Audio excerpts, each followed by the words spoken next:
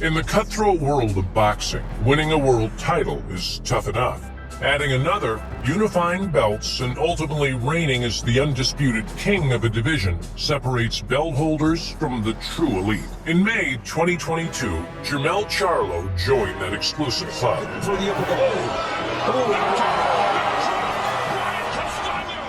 Competing proudly alongside his twin brother Jermall, since turning pro in 2007, the younger sibling, by 1 minute, has made a habit of destroying foes.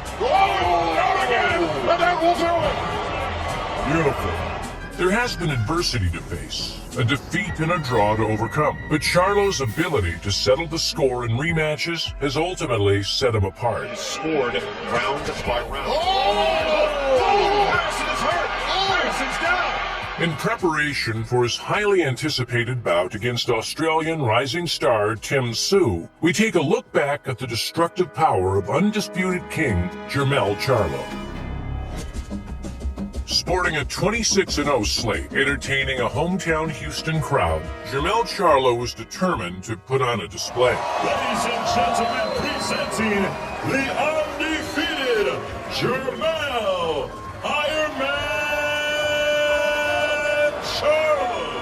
Canada's Joachim Alcine had once held a version of the world titles at 154, and had upset the likes of David Lemieux and undefeated Travis Sims. But his career had since taken a downturn, and the Haitian native's punch resistance was on the wane. This was food and drink to a fighter of Charlo's big punching reputation. Let's go here, round number 3, BJ. Look at this, Alcine wobbled just a little bit, looked off to his side. Wobbled late in the third round, Alcine was starting to struggle with the younger man's power. Charlo's thudding accuracy was making the difference, as Alcine felt a right hand to the ear in round 6 and fell to the canvas. Something to stop this fight. This must be the time. This might be the time. After the referee counted, Charlo jumped straight back onto the older man, and a follow-up barrage prompted the stoppage. Charlo with precision. 2 lefts and then the right hand. No, he didn't. That was a good shot. Alcine's in trouble. It's over. Alcine's in trouble. And surely said enough. That is it. Charlo had him in trouble. Alcine was battling back. Buddy McGirt saw off in the corner and advised the corner to step up and stop the fight. And I couldn't agree more. Great performance by Charlo.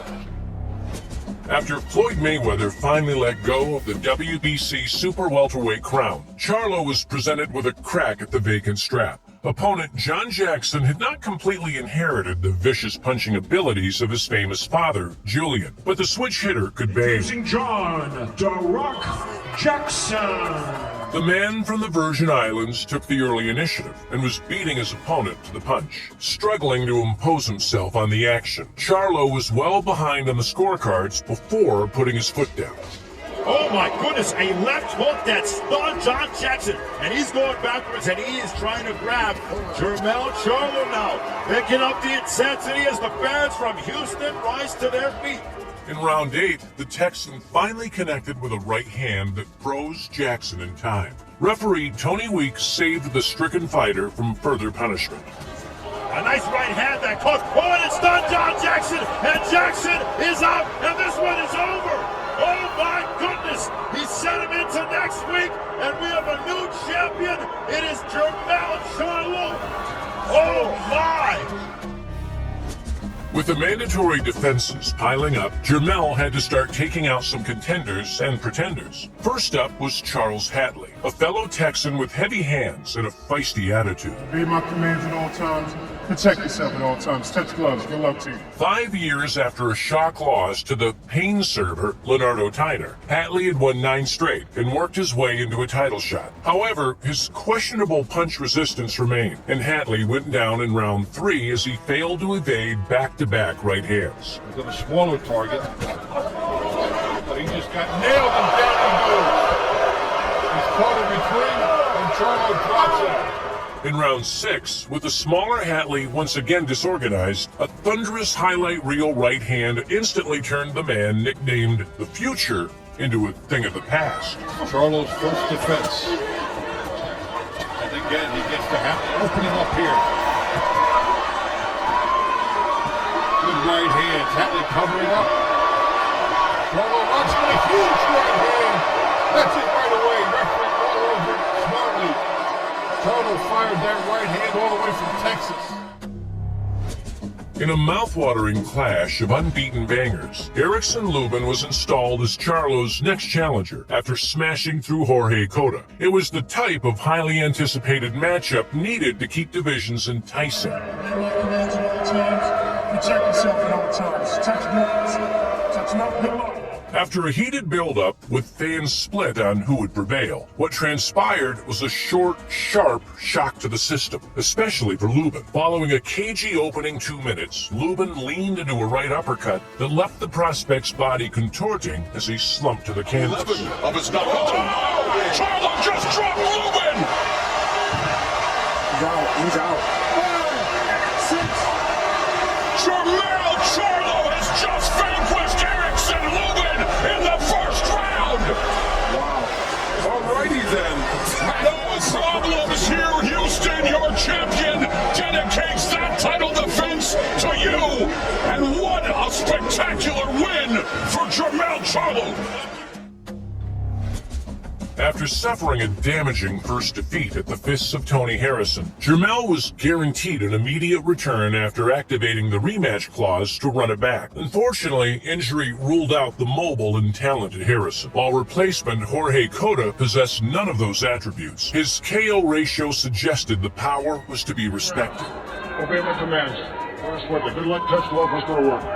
Eager to erase the demons of his loss to Harrison, the former champion wasted little time putting Cota to the sword. After spending the first 2 rounds deciphering Cota's awkwardness, Charlo landed a right hand that left his man sprawling. Sometimes you can get caught running into punches. Oh, there goes Cota!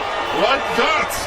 Seconds later, Cota was a sitting duck for a left-right finishing combo.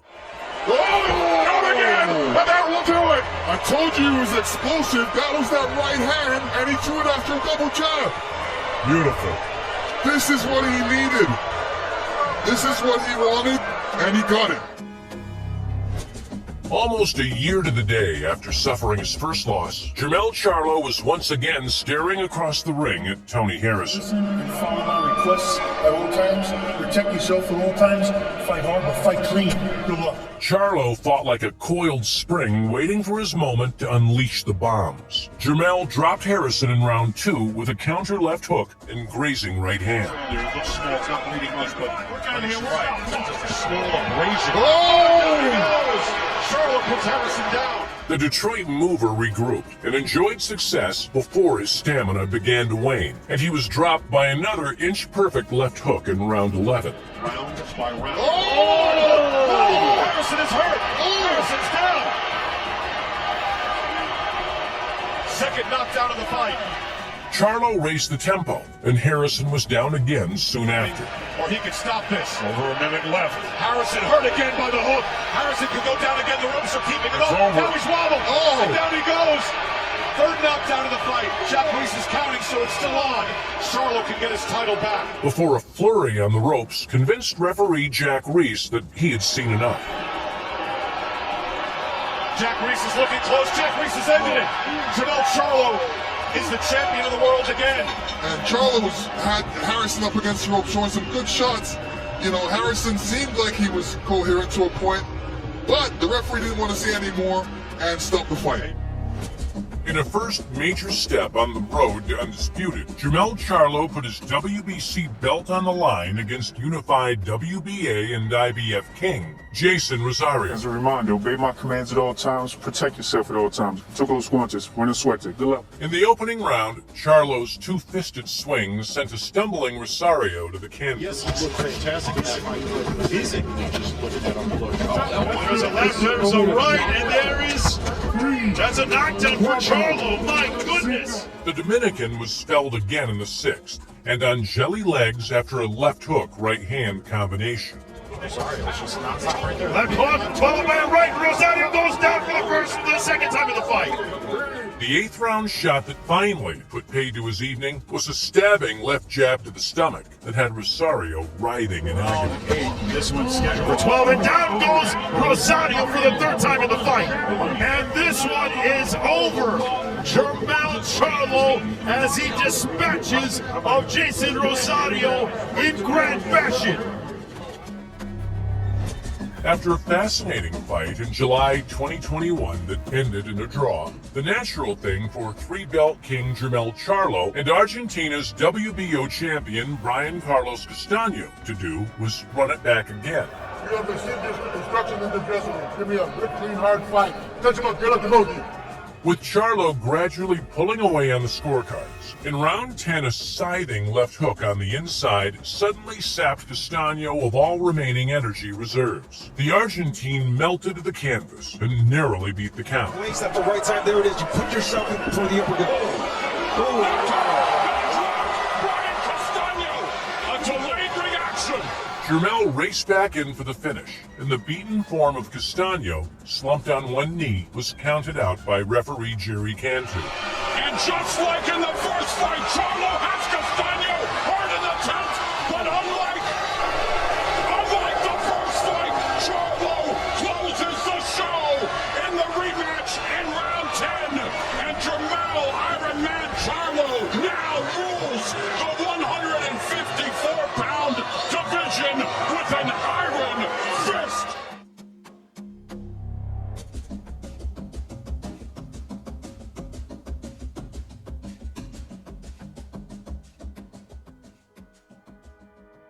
Hello, Skiller fans! Today we're going to be diving deep into the highlight reel of one of boxing's biggest powerhouses, Jermall Charlo. Over the years, Charlo has built a reputation as one of the most feared fighters in the game. And for good reason. But he just got nailed. His knockout power is absolutely insane. Whether you're a longtime fan of the sport or just getting into it, you won't want to miss this. Be on the lookout. That's all I can say. Yeah, don't blink. We're going to be counting down Charlo's top 5 knockouts of all time. From the stunning to the brutal. Oh my goodness! He set him into next week! So put your headphones on if you don't have them already, and get ready for some of the most jaw-dropping knockouts you've ever seen.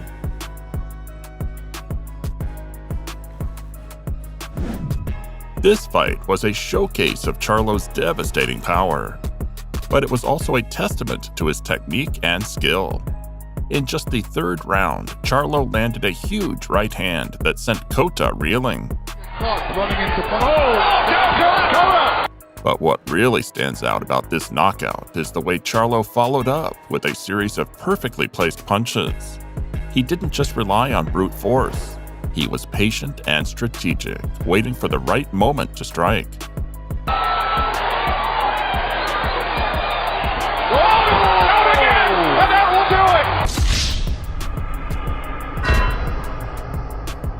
Number 4.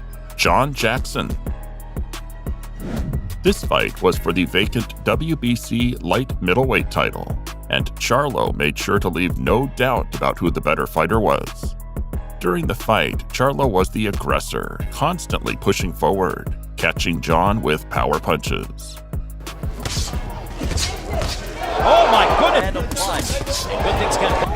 Curious as to what his thought process, and now he's coming out hard. Then, in the 8th round, Charlo landed a rushing left hook that sent Jackson stumbling backwards. A nice right hand that caught. Oh, and it's done, John Jackson! And Jackson is out!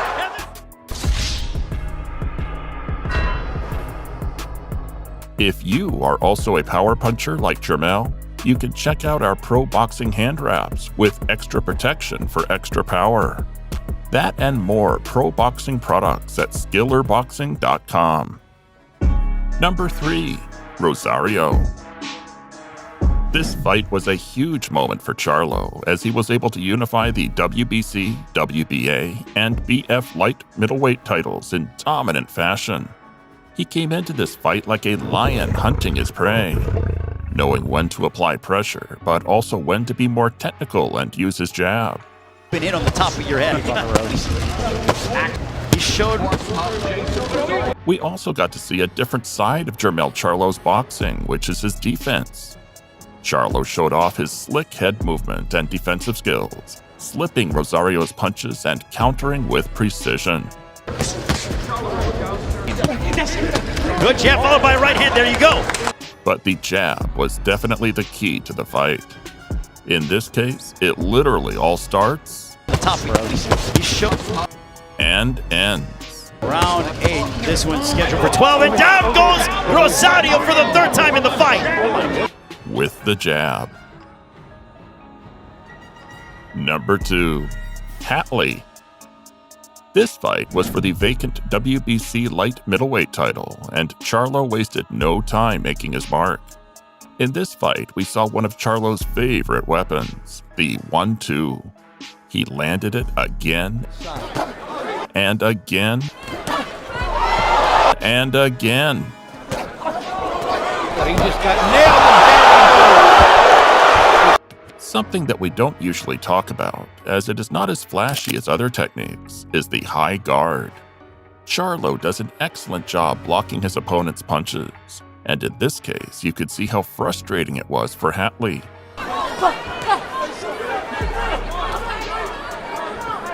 Then, in the 6th round, Charlo used his favorite weapon to rock Hatley, and then landed a huge right hand that sent him crashing to the canvas. Covering up. Charlo runs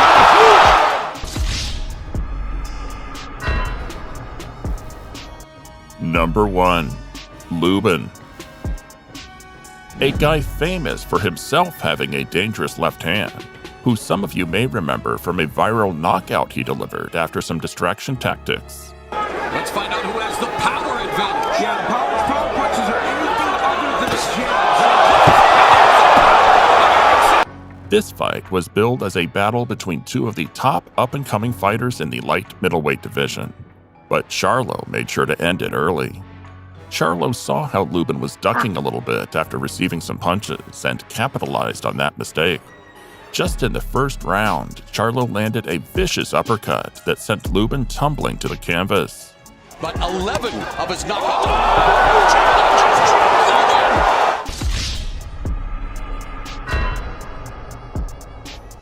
And he proved once